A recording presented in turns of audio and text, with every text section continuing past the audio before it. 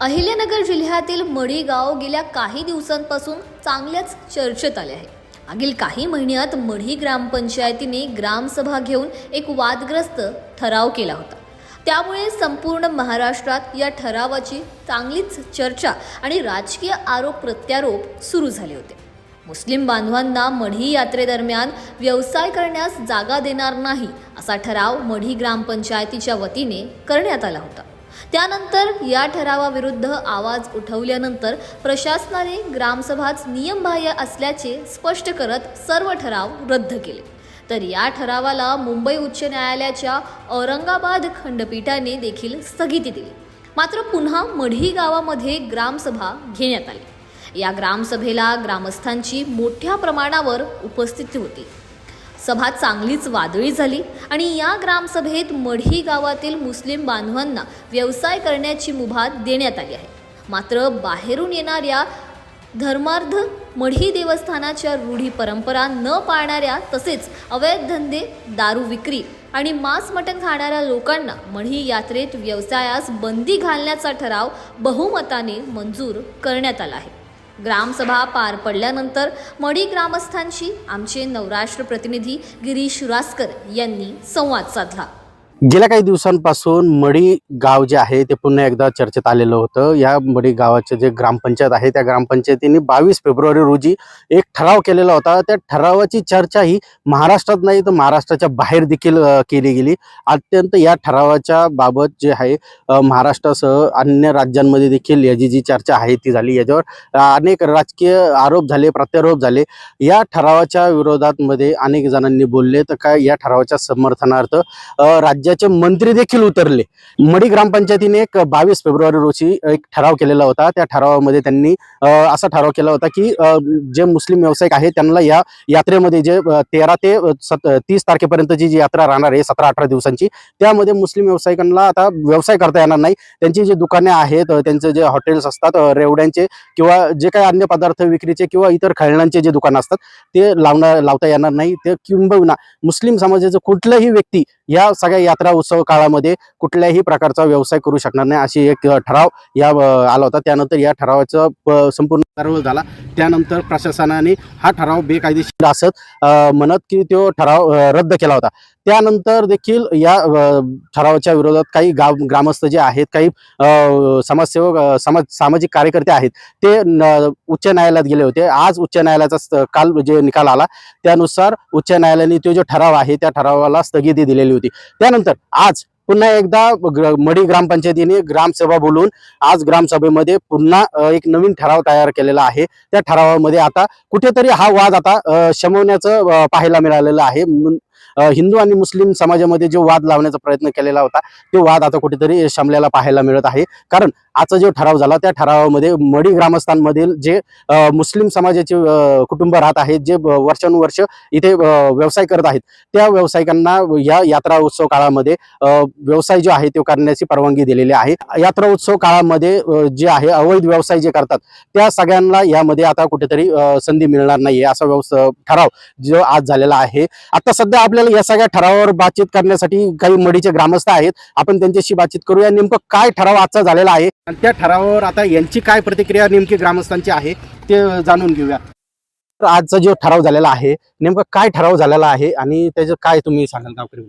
आजचा ठराव हा ग्रामसभेचा एकच विषय होता अजेंड्यावरती की रूढी आणि परंपरा जे पाळणार नाहीत त्यांच्यावर कारवाई केली जाईल असा। परंतु रूढी आणि परंपरा म्हणजे काय की कॉटवर न बसणे वगैरे, वडा वगैरे हे न तळणे आणि आम्ही लग्नाला वगैरे जात नाही कोणाच्या या कालावधीत देवाला तेल लागल्यानंतर। तर या रूढी आणि परंपरा फक्त आणि फक्त मढी आणि मढी परिसरात मढीची या गावातील लोकांसाठीच आहेत, भाविकांसाठी नाहीत। किंवा अनेक ठिकाणी जे कानिफनाथाचं पुढं छोटंसं मंदिर आहे जिथं कानिफनाथांनी विश्रांती घेतली अशा ठिकाणचे लोकही ते पाळतात। व्यावसायिक म्हणून कोणी येणार असेल तर त्याच्यासाठी रूढी आणि परंपरा हा विषय नाही आहे। फक्त बाहेरून येणाऱ्या लोकांनी भाविकांशी प्रेमाने वागणे, व्यावसायिक लोकांनी भाविकांशी प्रेमाने वागणे, त्यांना जो काही तो त्यांचा व्यवसाय असेल, मग कोणाचा कोल्ड्रिंकचा असेल, कोणाचा रसाचा वगैरे असेल, कोणाचा चहाचा असेल, कोणाचा वडापावचा असेल, कोणाचा प्रसादाचा असेल. फक्त ही काळजी घ्यायची आहे की त्यांनी जो आपला व्यवसाय असेल तो प्रामाणिकपणे वाद न घालता आणि स्वच्छ असा प्रसाद, स्वच्छ असं चहा, स्वच्छ असं कोल्ड्रिंक्स असलं पाहिजे, तिथं घाण वगैरे नसली पाहिजे. या पद्धतीने त्यांनी ते करायचं आहे. रूढी आणि परंपरा या फक्त मढीच्या लोकांसाठी असतात. महाराष्ट्रभर होळीचा सण हा उद्या दिनांक 13 उद्या दिनांक 13 या दिवशी आहे, 13/3/2025 रोजी. परंतु मढीत महाराष्ट्रात एक मढी असं एक गाव आहे की आमचा होळीचा सण 15 दिवसापूर्वी अगोदर होतो या सणाच्या. कारण त्याच्यानंतर 2 दिवसांनी अमावस्या असते. अमावस्यानंतर 1 दिवसांनी आमच्या नाथांच्या समाधीला तेल लागतं आणि पूजा वगैरे होते. समाधीला तेल वगैरे लावतात, उटणं वगैरे लावतात आणि त्या दिवसापासून आमचा ही परंपरा आणि रूढी पाळण्याची प्रथा चालू होते. आम्ही शेतीची कामं बंद करतो, नांगरणी वगैरे. लग्नाचा विषयच घ्यायचा नाही, सोयरीक वगैरे जमवायचं नाही, कोणाच्या लग्नाला जायचंही नाही. आणि हे याच्यासाठी आहे की बाहेरून येणाऱ्या भाविकांच्या कुठेही गैरसोय होऊ नये. त्या प्रत्येक कार्यक्रमात एक गावकऱ्यांनी सहभागी राहून भाविकांना होता होईल तेवढी व्यवस्था करावी. आणि ही रूढी परंपरा मढी गावातील प्रत्येक समाज, तो हिंदू असो, मुस्लिम असो, अजून कुठल्याही समाजाचा असो, हा प्रत्येक समाज पाळतो. इथं कुठेही त्या रूढी परंपरेचं आजपर्यंत तरी माझ्या निदर्शनात या 20-25 वर्षात तरी आलं नाही की कोणी पालन केलेलं नाही. तरी मी भाविकांना आपल्याद्वारे आवाहन करतो की आमच्या मढीच्या यात्रेसाठी व्यावसायिक आणि भाविकांनी दोघांनीही मोठ्या उत्साहात यावं. मढीचा ग्रामस्थ म्हणून आम्ही सर्व गावकरी आपली होता होईल तेवढी चांगली व्यवस्था करू आणि आमच्या गावची ती आपण शोभा वाढवावी, इथं येऊन एवढीच विनंती. नक्कीच. आता मढीची जी आहे व्यवस्था आहे, आता हा जो वाद आहे हिंदू मुस्लिमचा, तो कुठेतरी शमलाय किंवा तो वाद आहे जो आता मिटलाय असं वाटतंय का? हा जो ठराव घेतला होता तो एक ठराविक लोकांमध्येच पारित करण्यात आला. त्यात कुठलाही ग्रामपंचायत सदस्य इन्व्हॉल्व नव्हता. परंतु हा ठराव जो पहिला जो ठराव झाला तो त्याच्यात कोणतेच ग्रामपंचायत सदस्य नव्हते ना? कुठलाही, फक्त सरपंच आणि ठराविक बोटावर मोजणे की 4-2 लोक होती. तर ग्रामसभेच्या नियमानुसार 100 लोकांच्या सह्या पूर्ण कोरम झाल्याशिवाय ती ग्रामसभाच घेता येत नाही. परंतु त्यांनी ते घेऊन तो ठराव केला आणि जेव्हा त्याच्यावर ॲक्शन म्हणून आम्ही जे काही व्हिडिओ केली तर मान्य BDO साहेबांनी तो ठराव अवैध ठरला आणि काही सामाजिक कार्यकर्ते यांनी मान्य न्यायालय औरंगाबाद खंडपीठामध्ये रिपिटिशन दाखल केलं होतं. त्याचा कालच निकाल आला, त्याला स्टे देण्यात आलेला आहे. तरी न्यायालयाचेही आम्ही यामार्फत धन्यवाद मानतो. पूर्वीचा जो ठराव होता तो ठराव आणण्यामागं नेमकं काय त्यांचा उद्देश होता हे या तुम्हाला नेमकं ग्रामस्थांना तरी समजलंय का? आणि त्यानंतर जो मधला कालावधी होता यामध्ये नेमकं ग्रामस्थांची भावना काय राहिलेली आहे? आता या ठरावामागं त्यांनी का घेतला, का आणला आणि कशासाठी घेतला होता, त्याच्या मागे काय उद्देश होता त्यांचा, हे काय आम्हाला आजपर्यंत समजलं नाही. कारण आजच्या ग्रामसभेच्या बैठकीमध्ये तर त्यांनी तर सुरुवातीलाच असं सुरुवात केली त्यांच्या भाषणामधून की मढी आणि मढी परिसरात जेवढे मुस्लिम बांधव राहतात यांना विरोध नाही, फक्त बाहेरच्यांना विरोध म्हणून मी असा ठराव घेतला होता. या पूर्वीच्या काळामध्ये कधी असं झालेलं आहे का की बाहेरचे जे लोक आलेले त्यांच्याकडनं काही इथं अवैध व्यवसाय करण्यात आला किंवा त्यांच्याकडनं काहीतरी इथं गालबोट लागेल इथल्या यात्रेला वगैरे असं काही झालेलं आहे का? नाही, जे बाहेरून व्यावसायिक येतात ते आपलं प्रामाणिकपणे व्यवसायच करतात. आजपर्यंत तर काय त्यांच्याकडून असं काही घडलंय आमच्या निदर्शनात आलं नाही. आणि राहिली गोष्ट जे अवैध धंदे करतात यांना कुठली जात नसते. कारण आपण जेव्हा पाहतो कुठे पोलिसांनी 4 गुंड पकडले तर त्यांची वेगळी वेगळी नावं असतात. त्यात हिंदू असतो, मुस्लिम असतो, अनेक समाजाचे असतात. चोरांना, डाके घालणाऱ्यांना, गुंडांना कुठलीही जात नसते. आणि 2 नंबरचा व्यवसाय कुठलाही असो, ते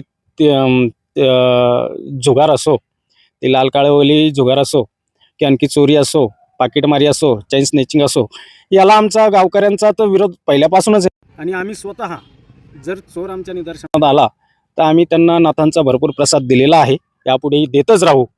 आणि त्यानंतर आम्ही प्रशासनाच्या स्वाधीन केलेला आहे त्यांना प्रसाद देऊ. नक्कीच आपल्यासोबत अजून काही ग्रामस्थ आहेत, आपण त्यांच्याशी बातचीत करूया. सर, आज जो ठराव झालेला आहे या ग्रामसभेला आपण उपस्थित होतात, मागच्या ग्रामसभेला होतात की नाही ते सांगा, आणि आजच्या सभेला होतात की नाही सांगा, आणि आजची जी सभा झाली, आजचे जे ठराव झाला यावर आपली काय प्रतिक्रिया? मी एक मढी ग्रामस्थ म्हणून बोलतो. आज जी मीटिंग झाली, ग्रामसभा झाली, त्यामध्ये सर्व जाती धर्माचे लोक आले होते व त्यामध्ये थोडा सामंजस्यपणा घेऊन तो वाद थोडा मिटवण्यात आला आहे. तरी जगातील सर्व भाविक भक्त या ठिकाणी येत होते व यापुढेही भरपूर भाविकांनी यावं व येथे संजीवन कानिपनाथाची समाधी आहे व दर्शनाचा लाभ घ्यावा व जास्तीत जास्त यात्रा भरणार आहे व जास्तीत जास्त भाविकांनी यावं व भरपूर यात्रेची शोभा वाढवावी हीच आमची विनंती आहे. नक्कीच आणखी काही आहेत आपण त्यांच्याशी बोलूया. काका, तुम्ही ग्रामपंचायत सदस्य आहात. नेमकं जे मागचा जो 22 फेब्रुवारीचा ठराव झालेला होता त्यात तुम्ही उपस्थित होतात का, आणि त्यावेळेस झालेल्या ठरावाचं आणि आजच्या ठरावाचं काय सांगाल विश्लेषण? मागील जो ठराव संजय मरकड का यांनी घेतला, तर मी माझा परिचय देतो.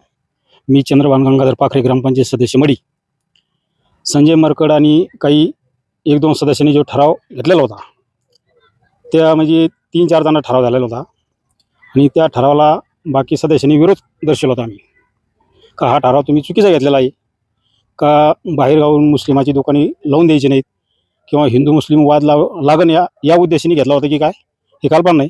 पण बाहेरून येणाऱ्या मुस्लिमाला या ठिकाणी प्रवेश द्यायचा नाही मडी यात्रेमध्ये, असा तो ठराव त्यांनी पारित केला होता. पण सर्वोच्च न्यायालयात धाव घेऊन ग्रामस्थांनी हा ठराव रद्द करण्यात आलेला आहे. आणि त्याच्यानंतर आज रोजी पुन्हा ग्रामसभा बोलवण्यात आली आणि परंपरेने जशी यात्रा या पाठीमागेही भरत होती काय, तशी पुढेही भरणार आहे. हो, नक्कीच. या अगोदर जेव्हा यात्रा जवळ येते, तर साधारण जी आता उद्याची होळी आहे त्या होळीच्या आदल्या दिवशी 5% तरी दुकानं लागतात आणि जवळजवळ प्रसादाचीच दुकानं लागत असतात. रेवडीचे व्यावसायिक येतात. परंतु आज बुधवार आठवडे बाजार आहे, उद्या गुरुवार तिसगाव आठवडे बाजार आहे. दोन्ही गावातलीच हे व्यावसायिक आहेत आणि मडीपासून एक काही 5-7 किलोमीटर अंतरावर हे गाव आहेत. या कारणाने एखाद्या वेळेस ते आले नसतील असं माझं त्यांच्याशी काहीशी चर्चा आली, तर ते बोलले आपण उद्याचा बाजार झाल्यावर दुकाने लावू. यात्रा तशी मुख्य गर्दी चालू व्हायला 17 तारखेपासून होते, त्या अगोदर सर्व व्यावसायिक येणार आहेत. आम्ही त्यांच्या संपर्कात आहोत. त्यांनी सांगितले आम्ही येऊ, तुम्ही आम्हाला सहकार्य करा. आम्ही त्याप्रमाणे त्यांना तुमच्या माध्यमातून आवाहन करतो. मी ग्रामस्थ म्हणून आपण या मडीची यात्राची शोभा वाढवा. आम्ही नक्कीच तुम्हाला होईल तेवढं आम्ही सहकार्य नक्कीच करू. नक्कीच हे सगळ्या ग्रामस्थांचं म्हणणं जे आहे ते आता आपण ऐकलेलं आहे की हे जे आहे ते कुठेही वाद झालेला नव्हता. आता जी यात्रा आहे ती निसंकोचपणे पार पडणार आहे. गिरीश रासकर, नवराष्ट्र, अहिल्यानगर.